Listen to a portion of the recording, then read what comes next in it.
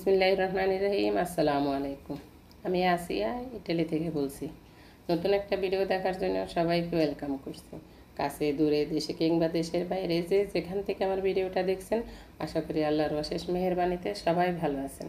আলহামদুলিল্লাহ, আমরাও ভালো আছি। গাছগুলাতে পানি দিয়ে দিলাম। পুঁই শাক আর কলমি শাককে এগুলাকে মাটিতে পুঁতে দিয়েছি। এগুলাও মাশাল্লাহ একটু বড় হয়েছে। আমি নাস্তাটা বানাবো আর এদিকে দুপুরে রান্না করব। অনেক কাজ করব আজকে। আশা করি আজকের ভিডিওটা আপনাদের ভালো লাগবে। ভালো লাগলে একটা লাইক দিয়ে দিবেন।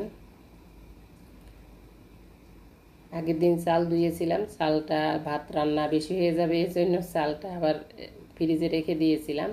সেটা দিয়ে আজকে ভাত রান্না করব। রুটি বানানো ছিল, সেটাকে ভেজে নিচ্ছি। আর এদিকে আমি 2 লিটার দুধের ছানা তুলে নিব। আজকে রসগোল্লা মিষ্টি তৈরি করব আর একটু দই বানাবো, মিষ্টি দই। আমি প্রথমে ছানা উঠিয়ে তারপরে আমি দইয়ের জন্য আবার 2 লিটার দুধ জাল করে নিব।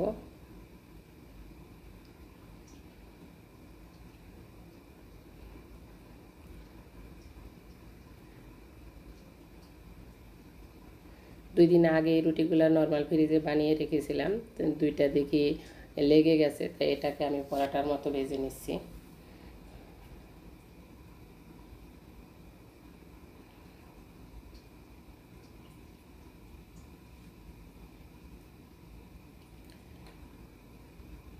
ছানা তুলে এটাকে আমি রেখে দিয়েছি।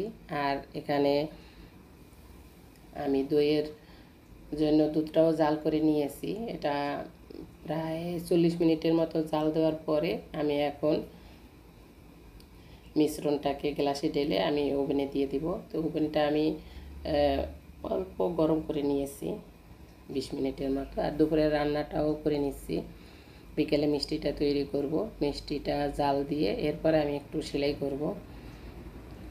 একটা ভিডিওর অর্ধেক করেছি সেলাই ভিডিও, সেটা আজকে কমপ্লিট করব।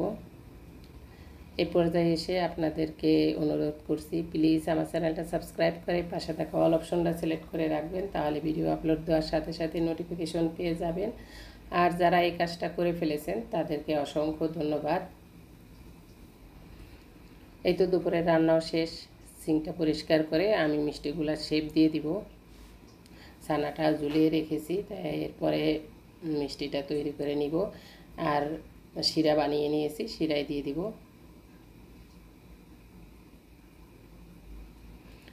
মিষ্টিটা জাল হয়ে গেছে, মোটামুটি হয়ে গেছে। আমি একটু চেক করে তারপরে চুলাটা বন্ধ করে দিব।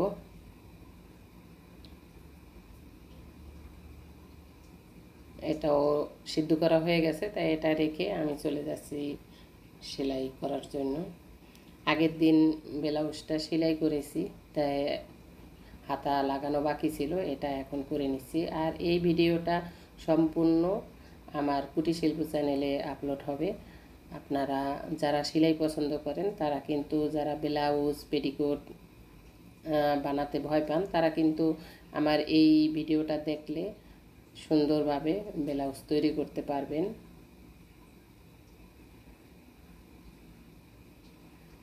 ব্লাউজটা আমি ম্যাচিং করেছি পেটিকোটের সাথে, আর শাড়িটাও এই একই কালারের। এই জন্য এখানে হাতায় আমি পেটিকোটের কাপড় দিয়ে হাতার এই পট্টিটা দিয়েছি। এটা আপনারা এক কালারেরও দিতে পারবেন। আজকের ভিডিওটা ভালো লাগলে একটা লাইক দিয়ে দিবেন। সবাই ভালো থাকবেন, আমাদের জন্য দোয়া করবেন। আল্লাহ হাফেজ। আসসালামু আলাইকুম।